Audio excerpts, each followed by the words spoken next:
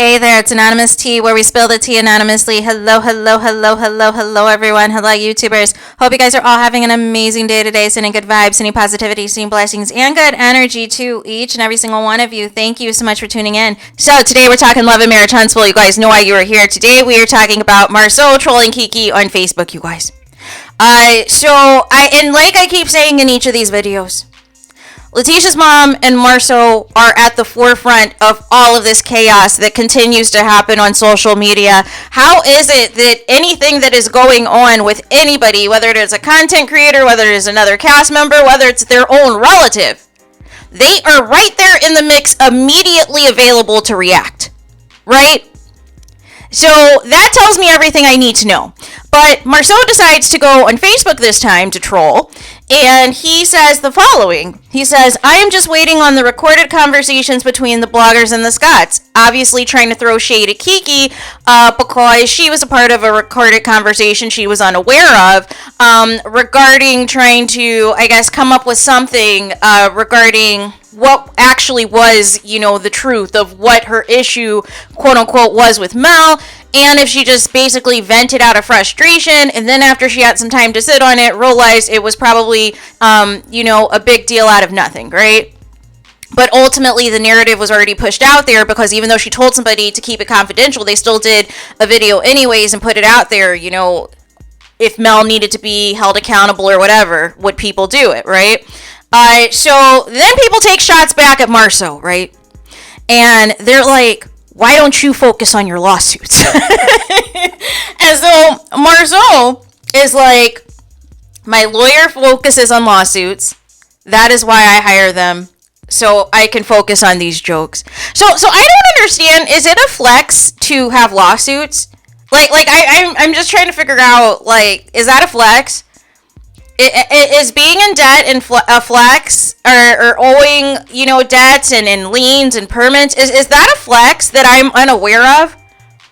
Do you get extra clout or extra street cred for being in a lawsuit, or having several lawsuits against you allegedly? I just need to understand, what exactly there is to celebrate about that, right? Because I would be concerned if it was me. I would be concerned if I was dealing with something like that. But that's just me, right? And so from there, Kiki enters the chat as well. And she gets upset because Marsau then says this. He says, when God said he's going to make our enemies our footstools, we supposed to provide the list, or does he have one? And we supposed to put it in order of priority. And so then here comes Kiki. Somebody must have, got Kiki and was like, hey, Marsau's throwing shade at you. Please respond, right?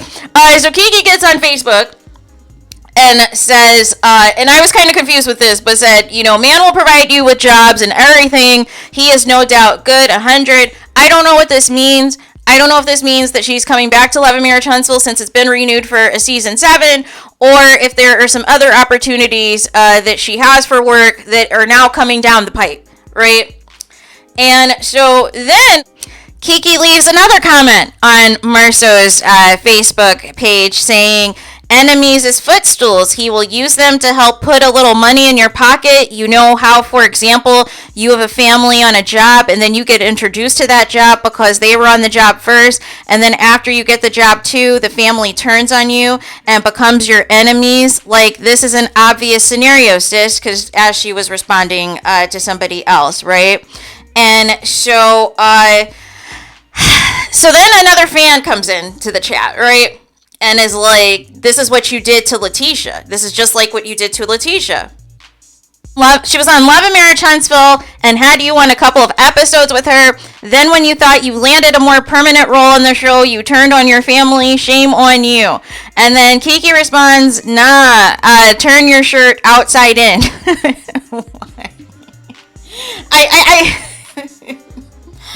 I just... So here's the thing, you guys.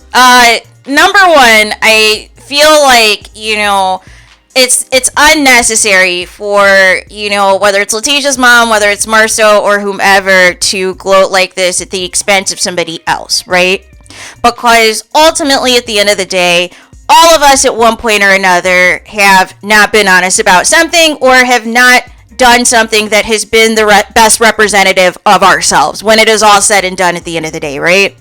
And I also think it is a cheap shot to, again, call people names, say immature insults and all of the things, and then go for the jugular if somebody has an issue of some sort, whether it is mental health, whether it's substance abuse, whatever, right? I think that is a chicken way out.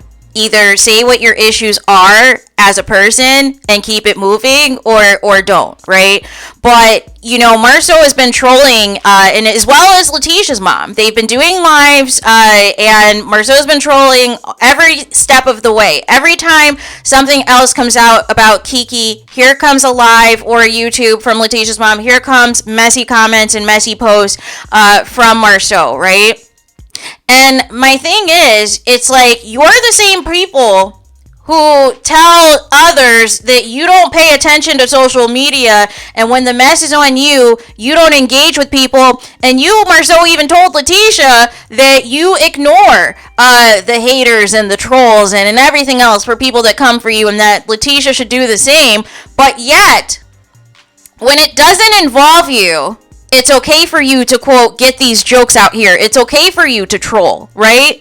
And I just want to understand the hypocrisy of it all, right? The contradiction of it all.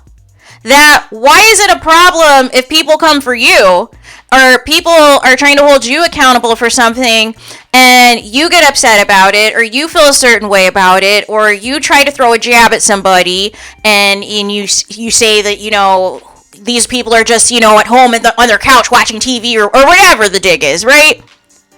But when it is somebody else that you don't like or that you have beef with, whether it's Melody Cherie, whether it is Kiki, now all of a sudden you're on your couch cracking up at their expense if something negative is coming out about them, right?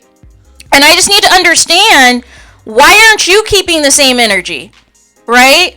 And that just tells me everything I need to know, that it's not about whether or not you care about the haters or whether or not you care about the trolls. All it is you just don't want it directed your way. And that is what the distraction is, you guys. Like I keep saying, to keep focused on what the bigger picture is, you guys. Whether it is, obviously the bullying of Melody Cherie caused a lot of backlash, caused a loss of viewers, caused people to no longer be on the show regardless of what they say. And now we have a situation where now everything is all passive aggressive, right? Now everything is all passive aggressive, but somehow you're in the mix behind the scenes on social media anytime something goes down, but then you're conveniently quiet whenever Melody Cherie is exposing something happening to her. You are eerily quiet, as if you have no idea what is going on with Melody Cherie, but you seem to know what's going on with Melody Cherie if there is beef with somebody, or beef with the content creator, or her and Martell are having problems, or the side chick comes out of hiding and does random lives trying to prove something to the people. You're right there, cracking jokes and doing lives. So it's the hypocrisy for me. It is, the lack of compassion and the lack of empathy that these people have, but are the first to call out other people, right? And to sit here and just come down on your own family like this in front of the people, in front of a global platform such as Facebook, such as YouTube, such as Instagram, it's horrible. It's horrible, and it tells me more about you than it does the expose on Kiki, right? Because Kiki, in her defense, can at least bounce back from this, right? One way or the other, she's going to find a way to bounce back from this. She has learned her lesson that, talking to people, there is a chance that those people cannot be trusted. There's a chance that she could be recorded without her knowledge, allegedly. And that can set off a whole nother firestorm of events, right? So she's learning, right? Because this is her first time basically being full-time on a reality show. So she is learning that not everybody needs to know everything, right? And that there has to be people that you know for a fact that you can trust and confide in, right? And ultimately, she's finding this out real time as everybody's reacting to it, right? But as for Marsau and Letitia's mom, who have repeatedly been in their own beefs with other content creators who have called out other YouTubers and things of that nature. I can't even believe I just said that right now. But anyways, that happens. And then even Maurice with his Funky Dineva Awards, specifically calling out specific content creators, to the point that certain people aren't even talking Love and Marriage Huntsville anymore, right? And even a more recent content creator who has a large platform is now, too shook to talk about Love and Marriage Huntsville now. But you weren't talking about it in the first place. You weren't reviewing it in the first place. But when you put out a false narrative, when you put out a false story, trying to pin people against each other and trying to label people a certain way, it backfired. And the receipts proved that none of it was valid. None of it was valid, and it was another attempt to try to attack Melody Cherie's character. And that's why I keep saying, you guys, do not get distracted by this Kiki stuff. Do not get distracted by some of this other stuff that is taking the focus and attention away from Melody Cherie, you guys.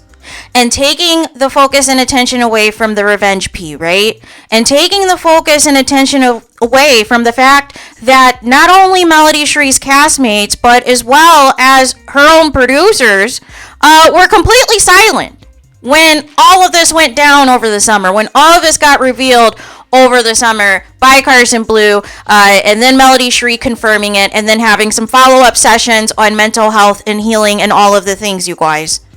But they are first in line anytime there is any other type of, drama taking place that they feel that they can, have an argument to make Melody Cherie look bad, or feel validated in their disdain with their relative, Kiki. Right? And it's just unfortunate, right? Because nobody wins when the family feuds, right?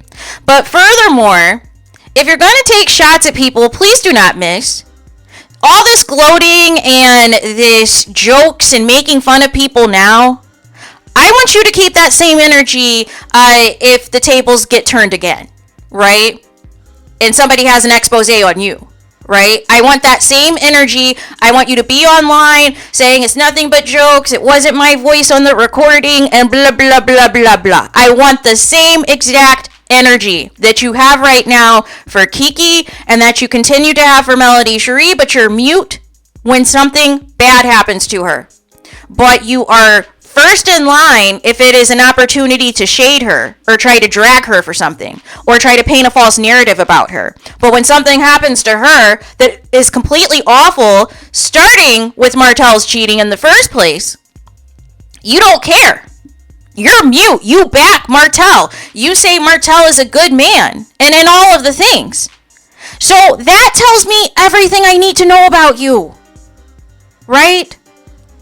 That it's not about a moral compass or, being a genuine person or having empathy, having sympathy or anything else.